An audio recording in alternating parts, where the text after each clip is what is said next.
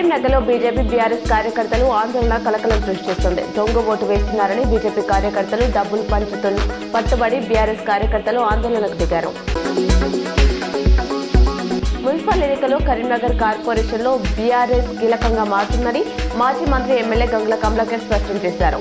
ఏ పార్టీకి స్పష్టమైన మెజార్టీ రాదని, తాము ఎవరికి మద్దతు ఇవ్వమని, ఎవరు మద్దతు ఇచ్చినా తాము తీసుకుంటామని తెలిపారు. సీఎం రేవంత్ రెడ్డికి ఎన్నికల మీద ఉన్న శ్రద్ధ రైతుల మీద లేదని కేంద్ర మంత్రి బండి సంజయ్ ఆరోపించారు. కాంగ్రెస్ బీఆర్ఎస్ పార్టీలకు భక్తు రాజకీయాలే తప్ప రైతులు ప్రజా సమస్యలు పట్టవని విమర్శించారు.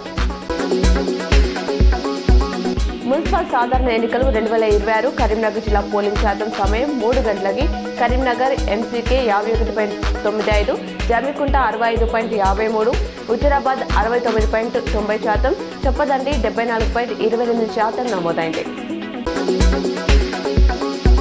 జీహెచ్ఎంసీని 3 కార్పొరేషన్లుగా విభజిస్తూ ప్రభుత్వం ఉత్తర్వులు జారీ చేసింది. వాటికి కమిషనర్లను నియమించింది.